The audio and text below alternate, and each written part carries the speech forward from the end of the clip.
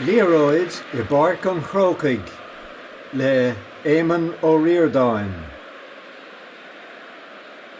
Praban sí, cosan sí, léimeann sí timpeall. Cictear í, buailtear í, ard agus íseal. Amana tapa, uaireanta maol. Suas agus sias, saol is an owl. Istigh sa chúl, thar an trasnán. Critar na bratacha, glas agus bán. A líar an talamh nu a getilt san air.